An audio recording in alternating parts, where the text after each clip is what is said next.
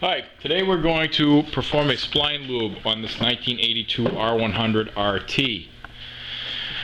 You're going to start by loosening the clamps on the elbow for your carburetors. Loosen these also, and you're going to pivot the carburetor, twist it this way. Elbow will come off. You can remove that. Take your carburetor. Some of these will have a vacuum tube. Disconnect that. Disconnect your fuel line, and then you're going to be able to set the carburetor right on top of the cylinder.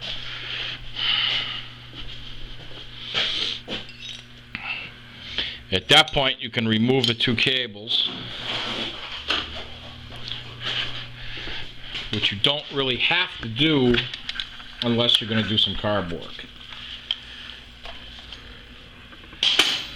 What I normally do in this case is I'll take the plug wire off, I'll move the carburetor up to the front, and then throw the plug wire back on just to make sure it doesn't end up dropping back here, and then you're done. In this case, we're also going to be rebuilding the carburetors today, or at least cleaning them. I say rebuild because I suspect that these have bad diaphragms. The acceleration is very, very sluggish on this bike. Not to the point of not being rideable, just it's not as crisp as it should be.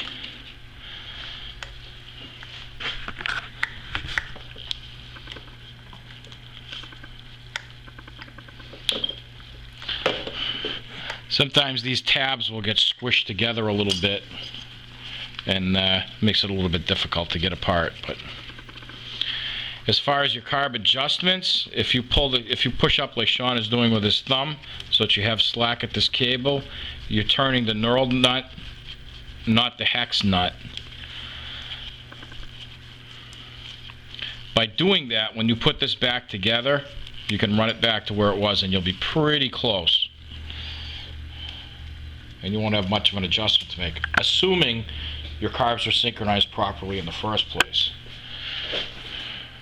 But again, as I said, in this case we are going to be cleaning these, so that's why we're removing them.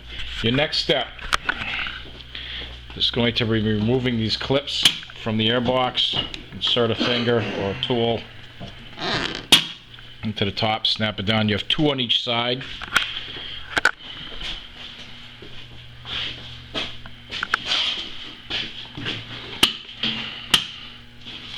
You lift up on the housing, and then you can walk the air filter right up. Sometimes helps to push these clips out of the way. You gotta compress here and slide them down. Then you can lift the air filter up and slide it out.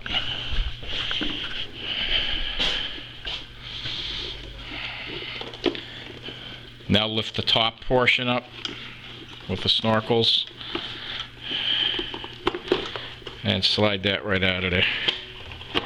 Or the air filter, whichever will go. There you go. Now you can take the top out.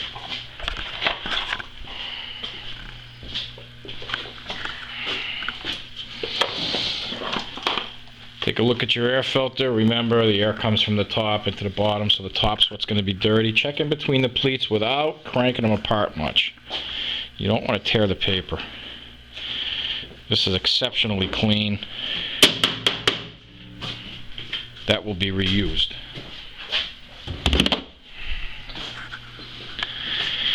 Your next step, this being an emission controlled bike, you have these air tubes. You're going to disconnect these right here. Just loosen them, pull the tube out. And once that's done, we'll get into removing the airbox. Your next step, to remove the airbox, you have one bell housing bolt back here.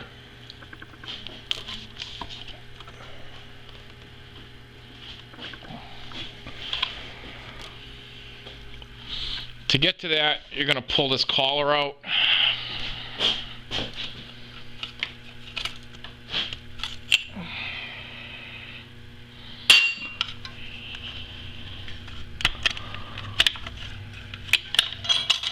and get that right out of the way. Now you'll have access to the bell housing bolt that's right here.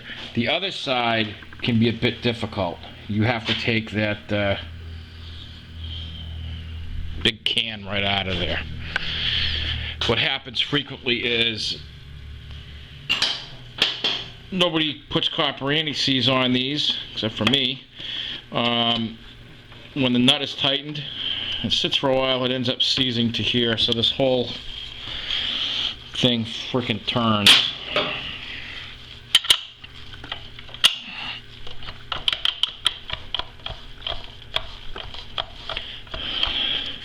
So then you have to find a way to grab onto that. Which means we're going to take this side apart so we have a little more access to all of this. And we might as well take these right out of here.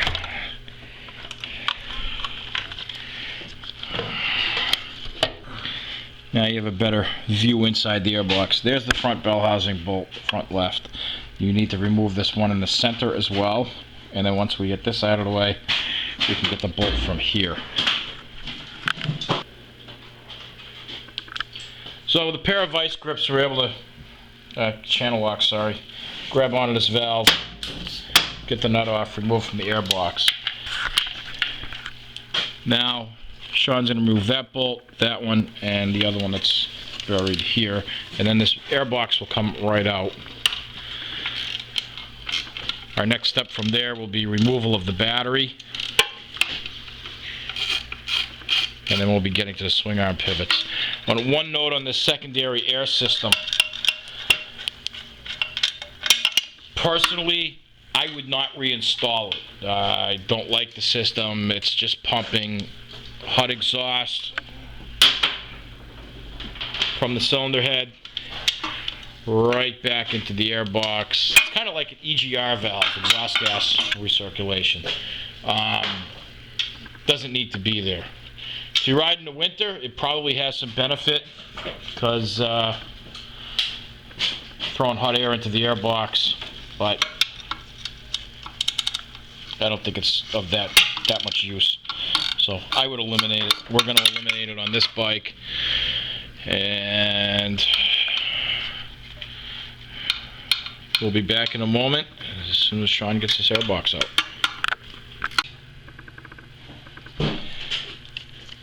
Sometimes you'll find that on the right side it still has a stud. You need to double nut that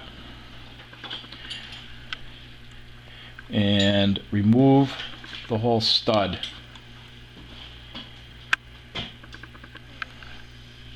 That will allow you to remove the airbox.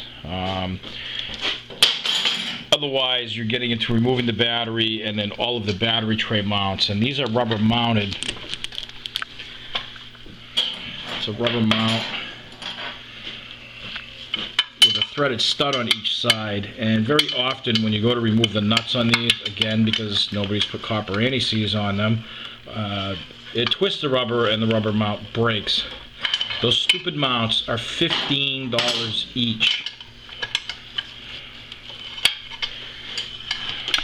which is just insane.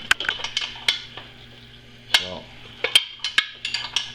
you remove the stud from the airbox, from the bell housing upper right position, and it'll make your life much easier. Next, you can remove the battery's negative cable. So you need a 10mm wrench. I've already loosened this bolt. This is actually the transmission vent. This is a $10 bolt in 2012 money. You will see this has a hole drilled in it.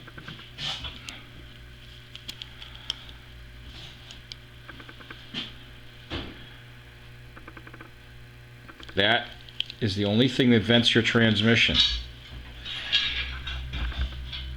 If you lose this and you replace it with a conventional bolt, your transmission will not vent, and you will most likely blow out front and rear seals. The rear seal really doesn't matter. The front will, because it's going to puke gear lube all over your clutch. So we remove this. Cable is off.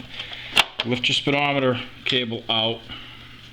A quick note here, when you put this back together, you want to slide this rubber boot up, pack it with silicone, put a zip tie on it to keep the water from running down the cable, past the boot, down into the transmission where it corrodes the rear output shaft bearing. And if it gets corroded badly enough, the bearing will seize, turn in place, and destroy your rear transmission case. So the airbox is out now. Our next step is going to be the swing arm pivots. Your next step is going to be removal of the swing arm pivots. Put a screwdriver in the plastic cap, lever it off. We're going to remove these pivot bolts. We're going to loosen this clamp, slide the boot back, slide the rear wheel and the swing arm back a little bit. You're going to remove the 4 bolts on the drive shaft. Then we're going to remove the clutch arm back here. Remove that from the transmission. And then remove the clutch cable from the transmission. And then we'll be ready to get the final bell housing bolts out and pull this transmission. Before you pull this, if your drive shaft is not clunking and making noise, you want to measure, pick one side of the frame, grab your feeler gauges. You want to be able to get a base measurement before you take everything apart. And you want to make sure you're all the way in and touching the pin, not caught on the edge of the bearing race. So that's good there. I can't get another feeler gauge in there. Now we're going to take this, and it doesn't matter what the numbers come out to. We're going to take it, wrap them.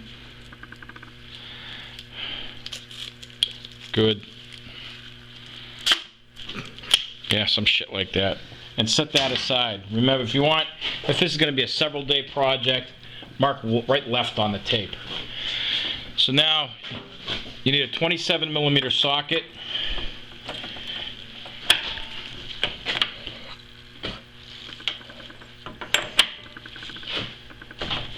You're just going to break that nut loose. Now you're going to take a 6mm T-handle. Make sure it's secure.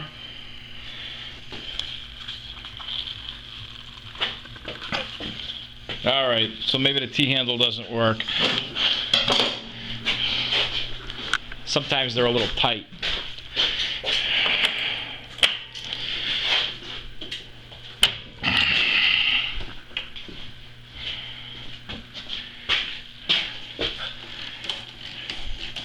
You're going to pull the pin all the way out.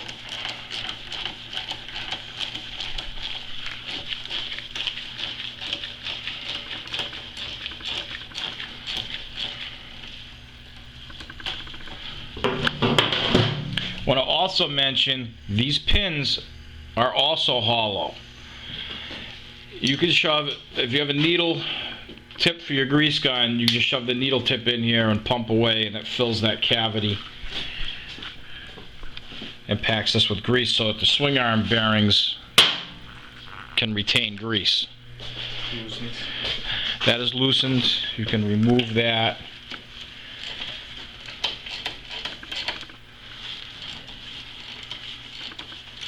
And then we'll pull the front clamp on the drive shaft boot, and then we're going to remove the 4 drive shaft bolts.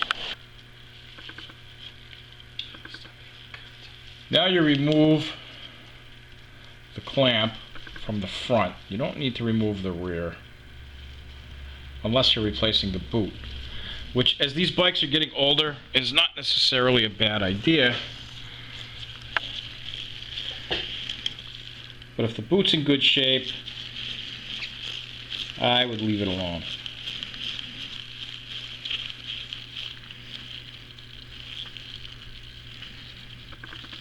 It's good. You should be able to shove it back now.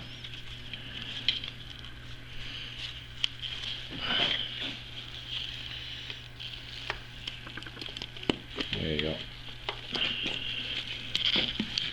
There isn't a whole lot of room to access these drive shaft bolts.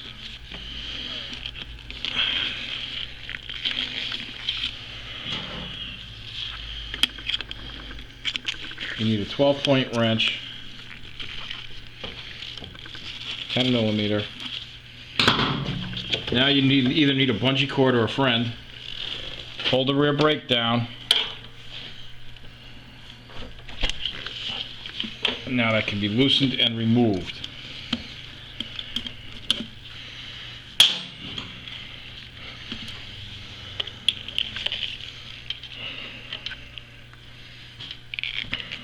There isn't a lot of room to work, so you can pull this rear wheel back a little bit to facilitate some more room. As we see, it's giving you more room. Now, how do you secure it? I run a strap through the wheel and across the back just to hold it up out of the way, which we're going to do right now.